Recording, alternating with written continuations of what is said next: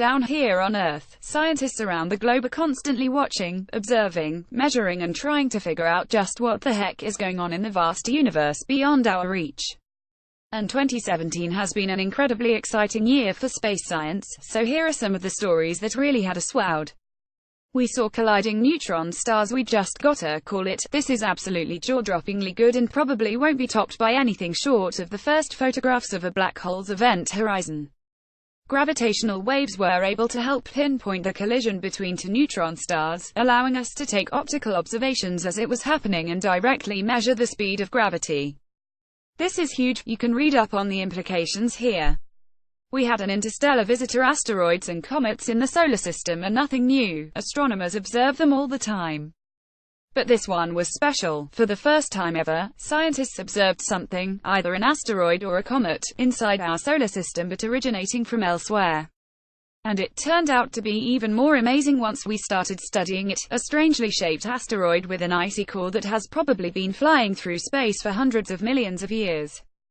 Astronomers measured the farthest distance yet across our own. It's actually really hard to figure out what the Milky Way looked like from our vantage point on the inside, which meant it was pretty exciting news when astronomers were able to measure the distance to a group of stars 66,000 light-years away on the other side of the That nearly doubled the previous measurement record of 36,000 light-years. Bill Saxton, NRAOA-UINSF. Robert Hurt, NASA. Tabby's star got even weirder. KIC 8,462,852, also known as Tabby's star, has been confounding scientists since its discovery in 2015 and continues to do so.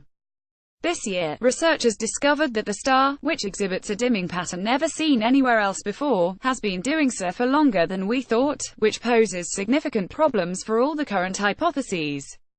We got nothing. Watch this space. Humans are going back to the moon. The last human to set foot on the moon was Eugene Cernan in 1972. That's 45 years ago. But the moon won't be lonely for much longer, according to U.S. Vice President Mike Pence, who announced this year that the U.S. government is sending people back up there. We're packing our moon boots already. We got a lead on fast radio bursts. Fast radio bursts are one of the universe's most puzzling mysteries.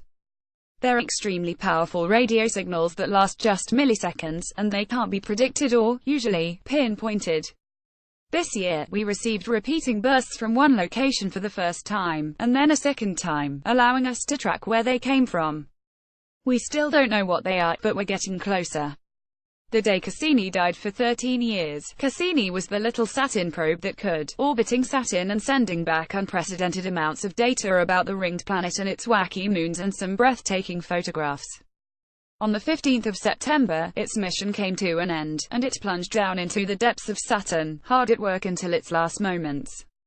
The Sun had a party. Our own local star has been having a blast up there, quite literally. It spat out the biggest solar flare we've seen in 12 years, powerful enough to interfere with communication technology on Earth and cause gorgeous auroras. And in August, the US saw its first solar eclipse across the entire country since 1918, and NASA won eclipse photos with this shot of a photobombing ISS. Relativity got confirmed again over 100 years after Einstein published his theory of general relativity. Scientists are still finding out he was right about many things. This year, astrophysicists calculated that deviation in the orbit of a star around a black hole was not consistent with Newtonian theory, but it totally fits with Einstein. If he was still around, we would high-five him so hard.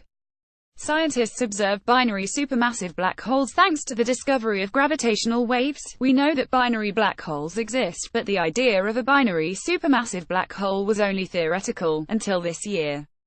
Scientists discovered and observed a binary supermassive black hole created by a merger between two galaxies, each of which had a supermassive black hole at its center. Astronomers weighed a star using gravity. Einstein said this was impossible due to the scarcity of stars in the correct alignment. But, thanks to the gravitational lensing effect he predicted, and combined with the Hubble Space Telescope's angular resolution, astronomers found the 0.9 million alignment of stars that allowed them to weigh a star using gravity for the first time ever. Hello TRAPPIST1 TRAPPIST1 fever sort of came and went, but for a while there, it was the solar system on everyone's lips. 7 planets orbiting an ultra-cool dwarf star, our sister solar system, looked like a pretty good candidate for life. Then it was discovered that maybe those planets aren't so hospitable after all. Then researchers discovered that, wait, they might be. It's been a real roller coaster and we just don't know what to believe anymore, but it sure has been fun. We're still looking for extraterrestrial life elsewhere. TRAPPIST-1 isn't the only basket for our alien hunting eggs.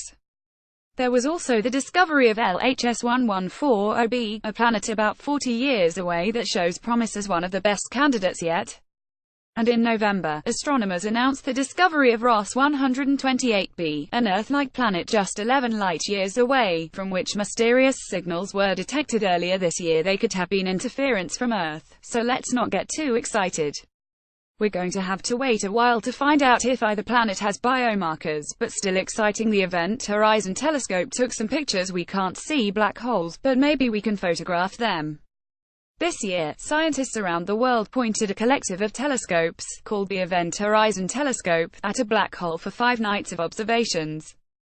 Their goal was to see if they could finally, for the first time, get a picture of the event horizon of a black hole. We're still waiting on the result, and we're on the edges of our seats. Hopey, we'll get to see it sometime early next year.